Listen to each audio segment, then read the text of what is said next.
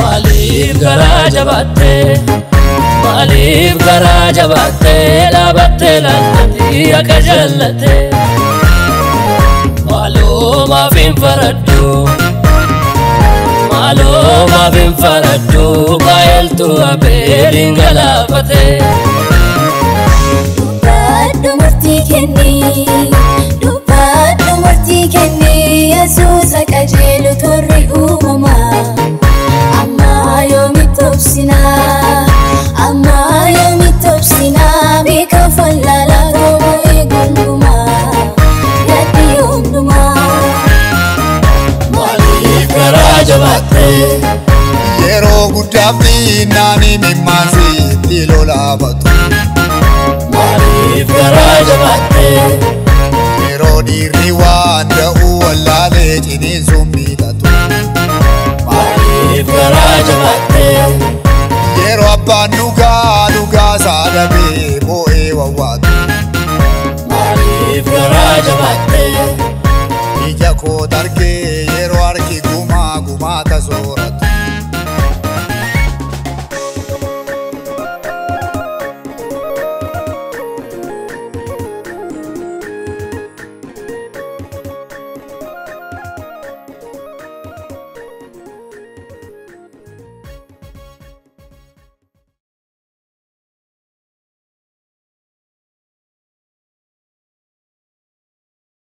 Ijoollee keenya biyya Arabaa keessatti, Saawudi Arabiyaa keessatti, Beerut keessatti dhumaa jiraniif kadhannaa.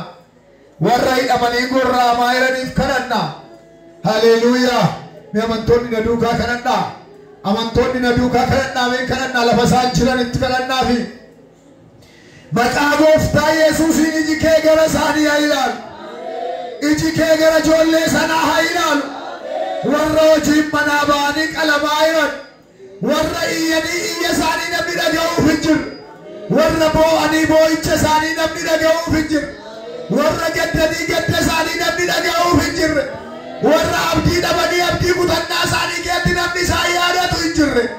Warra karaa darbaa dhabanii imimmaan gaddaa dhangalaasan sana maqaa Yesuusin gara Saawudi Arabiyaa dhaqi. Maqaa Yesuusin gara biyya beekaa Waaqayyo. Ijoollee achitti qalamaa jiran harkanaa qabi. Gara Libaanoosiin dhaqi. Gara Dubaayiin dhaqi. Maqaa Yesuusiin dhaqi gara biyya sanaa. Gara Sooriyaa dhaqi. Dhaqi gara biyya sanaa. Warra boo'aa jiran. Warra tooriitti qalamaa jiran. Warra dhumaa jiran. Warra iyyanii iyya isaaniif dirmannaa dhaban. Harka kee malee harki qaqqabu hin jiru abbaa. Harka kee malee harki qaqqabu hin jiru gooftaa. Harka kee malee harki harkaan qabuu danda'u hin jiru gooftaa. Maqaa Yesuusin gara biyya sanaa dhaqi. Dhiigni ijoollee kee gara kee tolaa hiyyatu. Qajeelota qalamaa jiran. Ijoollota miidhamaa jiran. Dhaloota biyya keetti dhumaa jiran. Maqaa Yesuusin iji kee gara biyya sanaa dhaqee itti harkaan nuufaa baasu. Bineensi biyyicha kee hanii gadu waraanamu. Bineensi biyyicha kee ijoollee nyaatu waraanamu. Bineensi biyyicha kee wala deemaa galaafatu waraanamu. Bineensi biyyicha kee isaa dhaloota fixee waraanamu. Maqaa Yesuusin waraanamu. Maqaa Yesuusin waraanamu. Maqaa Yesuusin waraanamu. Maqaa Yesuusin waraanamu. Maqaa Yesuusin waraanamu. Namicharraa na waraana. Biyya isaa keessaa na waraana. Albee baatanii dhiiga kan barbaadan. Dhiiga qeessanii kan gurguratan. Dhaloota kennu warratti kan hambisan. Haadha daa'imaa qabanaalaa kan hambisan. Biyya sana keessaa kan waraana banataan. Biyya sana keessaa kan waraana banataan. Abidda kee ergeera. Ayyaana kee ergeera. Sagalee kee ergeera. Hafuura kee ergeera. Harkaa baaseera.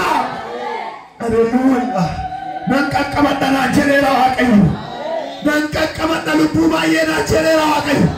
Nan qaqqabadha afaan bineensa harkaa nan baasa dhaloota baay'ee naan jedheera Waaqayyo. Nan qaqqabadha harkaan fuudha naan jedheera Waaqayyo. Maqaa Yesuus Kiristoosiin galanni siif haa ta'u. Egaa gara saba keenyaa ilaali. Gara namoota biyya adda addaa ilaali. Waldaa kana keessatti kan olii gadi rakkatan ilaali. Kan tajaajilan ilaali. Kan geggeessan ilaali. Amantoota ilaali. Biyya fagoof dhiyoo ta'anii dhimma waldaa kana irratti kan hojjetan ilaali. Haa eebbifaman lafa jirani.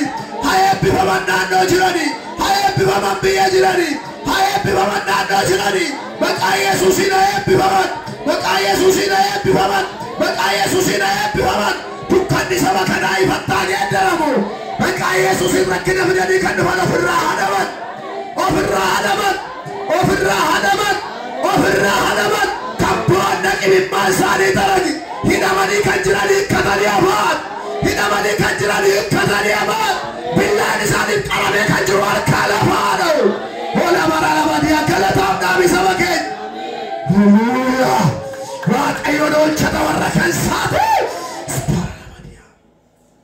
nan oolchadha jedheera gooftichi harkaan baasanaan jedheera gooftichi harkaan baasanaan jedheera leenci Yihuudaa galanni